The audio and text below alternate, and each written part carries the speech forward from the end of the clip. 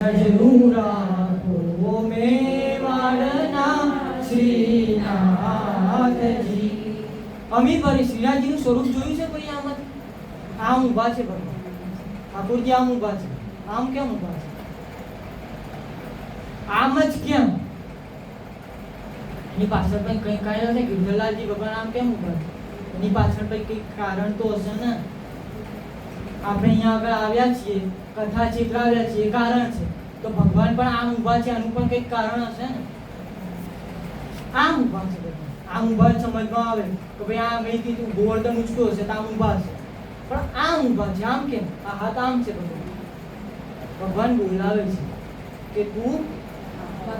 ભગવાન ઊભા થાકી ગયા એટલે એક હાથ હતો ને કમર ઉપર મૂક્યો અને બીજો હાથ હતો ને એનાથી આપણને બોલાવે તું આવી જા, પણ આપણે જતા ભગવાન ગમે તેટલી આપણી ઉપર અમી પ્રગટાવી દે, આપણી ઉપર ગમે તેટલી અમી નજરો રાખે, પણ આપણે કદી ભગવાનની સામે એક નજર નથી કરી। અમી ભરેલી નજરની વાત તો દૂર છે, અમી ભરેલી નજરો રાખો શ્રીનાથ નામે શ્રીનાથજી, પણ શ્રીનાથજી ભગવાન આપણી ઉપર અમી ભરેલી નજરો રાખે, પણ ભગવાન સામે આપણી એક પણ નજર નથી। આપણી નજર ક્યાં છે? સંસારમાં। સંસારમાં પણ, એમાં પણ આપણા સંસારિક સુખોમાં, સંસારમાં પણ નહીં, આપણને જ્યાંથી સુખ પ્રદાન થાય છે ને ત્યાં આગળ નજર છે। પણ ભગવાન તો શું કહે છે? ભગવાનની નજર ક્યાં છે? આપણી ઉપર છે। અમી ભરેલી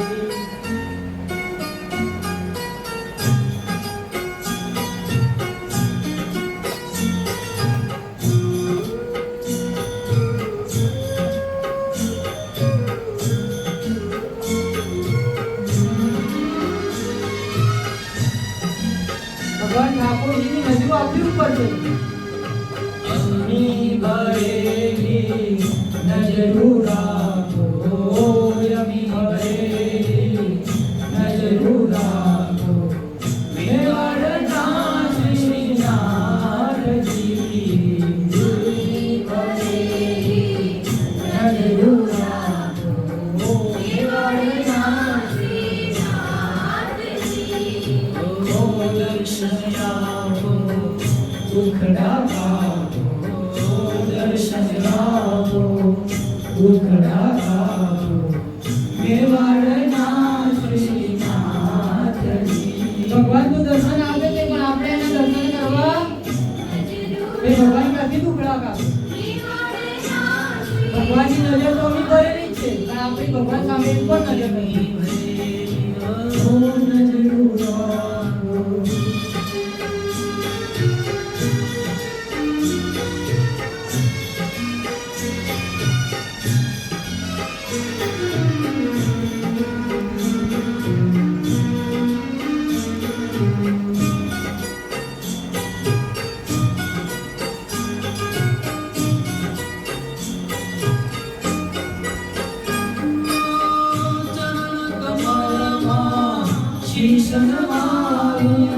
વંદન કરું શ્રીનાથજી, ચરણ કમળમાં શીશ નમાવું, વંદન કરું શ્રીનાથજી।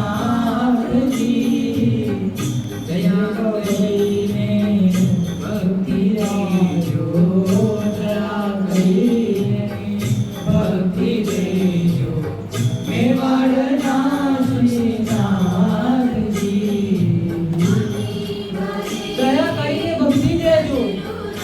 છોકરો ગમે તેટલો ખરાબ કર્મ કરીને આવે પહેલા જ કીધું મા બાપ ઉછરાવતા નથી, એમ ભગવાન તમે હવે દયા કરો, અમે તો પાપી છીએ, તમને ભક્તિ પ્રદાન કરો। ભગવાનને આપણે કહીએ કે ભગવાન અમી ભરેલી નજરો રાખો, મેવાડના શ્રીનાથજી, અને અમને ભક્તિ પ્રદાન કરો। નારદ મુનિ પૃથ્વી લોકની અંદર ભ્રમણ કરતા હતા અને તે સમયે ભક્તિ મહારાણીને દેખ્યા। ભક્તિ મહારાણી રડતા હતા, ભક્તિ મહારાણી રડતા હતા, ત્યારે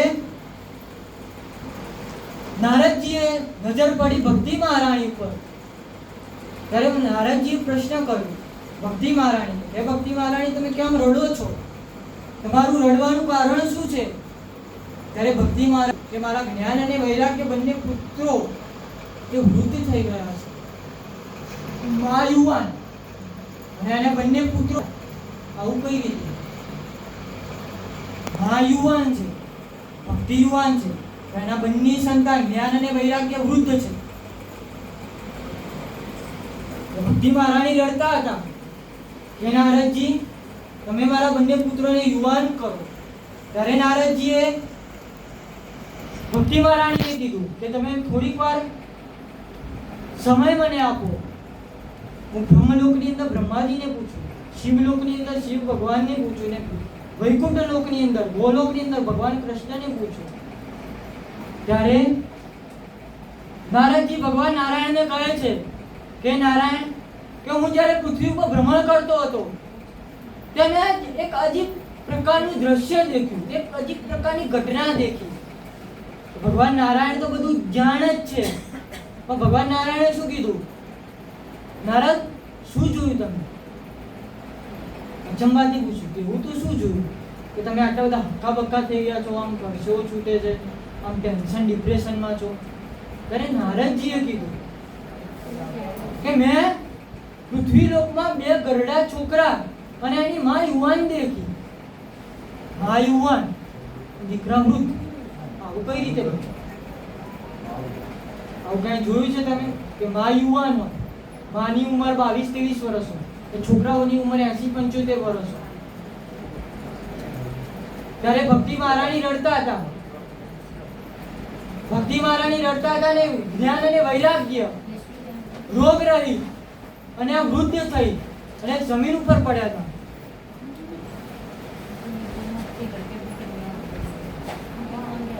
એ વખતે ભક્તિ મહારાણીએ નારદજીને કીધું હતું કે આનો કોઈ ઉપાય લાવો. ત્યારે નારદજીએ વેદ પાઠ કર્યા, વેદ ઘોષ કર્યો,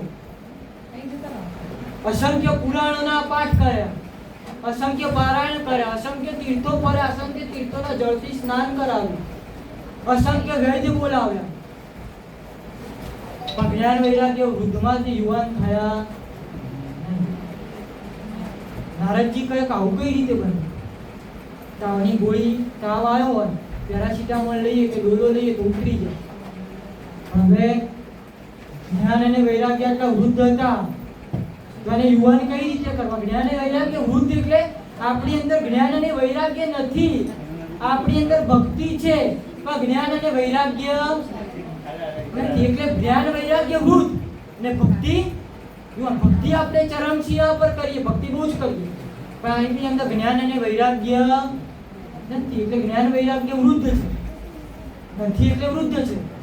ને ભક્તિ છે અને બહુ વધારે છે માટે એ યુવાન છે. આપણે રોજ સવારે ઘંટડીઓ વગાડી જગાડી ઘરવાળા પાણી પીએ કે ના પીએ, પછી આપણે પાણી પાવા જઈએ. આપણી પાસે ભક્તિ ખૂબ જ છે પણ જ્ઞાન અને વૈરાગ્ય માટે જ્ઞાન વૈરાગ્ય વૃદ્ધ છે. એની માટે ભગવાને ગમે તે વેદવ્યાસજી અને મહર્ષિ નારદે વેદ પાઠ કરે એટલે આપણે પૂજા પાઠ કરાવીએ, ઘરે કરાવીએ ને. સંસારમાં ભક્તિ હોય, ભક્તિ વૃદ્ધ, ભક્તિ યુવાન હોય, પૂજા પાઠ કરાવીએ, તીર્થોમાં ફરીએ ભક્તિના કારણે, સંતોની ગુરુજનોની સેવા કરીએ ભક્તિના કારણે. પણ જ્ઞાન વૈરાગ્ય હજી પણ વૃદ્ધ જ છે. જ્ઞાન અને વૈરાગ્ય હજી પણ વૃદ્ધ છે. કારણ એની પાછળ કઈ કારણ છે ને. અરે ભગવાન નારાયણે કહ્યું મારો અવતાર વેદવ્યાસ, એના મુખેથી જે વેદવ્યાસજીએ 17 પુરાણોની રચના કરી પણ તો વેદવ્યાસજીને અસંતુષ્ટ છે. વેદવ્યાસ ભગવાનને હજી અસંતોષ જ છે, અસંતોષ છે મનમાં કે હજી કંઈક બાકી છે. ભગવાને આપણને મસ્ત નોકરી આપી દીધી હોય, છોકરાઓ મસ્ત વેલ્સેટ હોય, એક ઘર હોય, એક ગાડી હોય, મસ્ત સુખી સંપન્ન નિરોગી પરિવાર હોય તો પણ આપણે રોઈએ. કારણ હજી થોડું બેંક બેલેન્સ થઈ જાય તો શાંતિ થાય. શું કહીએ? બેંક બેલેન્સ થઈ જાય થોડીક શાંતિ થાય. આપણા જીવનમાં અસંતોષ શું છે? અસંતોષ. જ્યાં આગળ અસંતોષ હોય ને ત્યાં આગળ કંઈક નવું હોય. આપણા સંસાર આપણે લોકો કળી કાળમાં જીવીએ છીએ. વેદવ્યાસજીને 17 પુરાણોની રચના કરી, એટલા મોટા વિદ્વાન અને ભગવાનનો સ્વયં અવતાર, એમને જ્યારે 17 પુરાણોની રચના કરી તો પણ એમને અસંતુષ્ટ છે. આપણે એક દિવસની કથા સાંભળીએ કાં તો એક દિવસ ખાલી માળા કરીએ તો ખાલી આમ મહારાજે ખાલી મંદિરમાં તિલક કરી દીધું હોય તો આપણે આખા ગામમાં કહીએ જો અમે તો ભક્તિવાળા છીએ હો, અમે બહુ જ ભક્તિ કરી. ઘરે ખાલી રોજ સવારે 2 અગરબત્તી કરે તો ના ભાઈ અમે તો અગરબત્તી કર્યા વગર બહાર ના, અમારી જે ભક્તિ કોઈ ના. ઠાકોરજીને ખાલી રોજ સવારે પાણીનો ગ્લાસ મૂકતા હોય, અમારી જે ભક્તિ કોઈ ના. વેદવ્યાસજીએ તો 17 પુરાણોની રચના કરી, ભગવાનનો અવતાર હોવા છતાં અસંતોષ છે. અને આપણને ખાલી તિલક કર્યું હોય તો આપણે આમ સેલ્ફી મૂકીએ, સેલ્ફી પાડીએ, સ્ટેટસમાં મૂકીએ, સ્ટોરીમાં મૂકીએ કે ભાઈ જો અમારા ઘરે આજે ભાગવતજીની કથા હતી અને આજે આ મહારાજ આવ્યા હતા, આ કથા કરી, આમ બતાવીએ કે ભાઈ અમે કેવી ભક્તિ કરીએ છીએ. બતાવીએ ને, બતાવો ના મૂકો. હવે કેટલાય તો ફોટા મૂકી પણ દીધા છે. આપણે બતાવીએ કે ભાઈ અમે કેટલી ભક્તિ કરીએ છીએ, કેટલું દયાદાન. અત્યારે દાન કરવા જઈએ ને, દાન કરીએ ને તો પણ બતાવીએ કે ભાઈ અમારા પાપથી જોશો 200 રૂપિયા 20 રૂપિયાનું ખાલી ગાયને ઘાસ ખવડે, 20 રૂપિયાની પાવતી જોઈશે. તમે ખવડાવી ના ખવડાવી અમને શું ખબર? પાવતી આપો તો માનીએ. પાવતી માંગીએ આપણે બતાવીએ, દેખાડો, એક ફોર્માલિટી કે ભાઈ કર્યું છે, મનના સંતોષ થાય છે, કરીએ છીએ, એડજસ્ટ આપણી બેન. ભગવાન વેદવ્યાસજીએ 17 પુરાણોની રચના કરી તો પણ હજી સંતોષ છે મનમાં. આપણે ખાલી એક પંખો ખાલી એક અનાથાશ્રમમાં દાન કર્યો હોય તો એક 3 પાખ્યો પર 3 પેઢીના નામ લખાય. 3 પાખ્યો પર 3 પેઢીના નામ લખાય. એ ફરે જ જાય, પેલા છગન મગન ગમે એમ ફરે. દેખાવ જોઈએ કે ભાઈ અમે આપ્યો તો પંખો.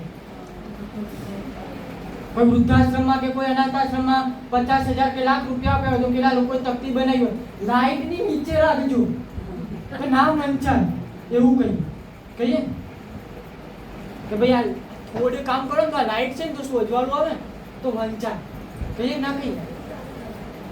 એક જાતનો દેખાડો, ફોર્માલિટી. એના પાછો ફોટો પાડીએ અને પાછું સ્ટેટસમાં મૂકીએ અને મસ્ત મજાની ટીમ મૂકી દીધી હોય પાછી. અને પેલા લોકો લાઈકો ઠોક્યા જ કરે, 70 લાઈક આવે, 80 લાઈક આવે. આ ઘર નથી તમારું, પલમાં બધું જવાનું, કરશો ન મારું મારું, પલમાં બધું જવાનું, આ ઘર નથી તમારું, મહેમાન છો પ્રભુના, કરશો ન મારું મારું, પલમાં બધું જ. એક ગામની અંદર અતિવૃષ્ટિ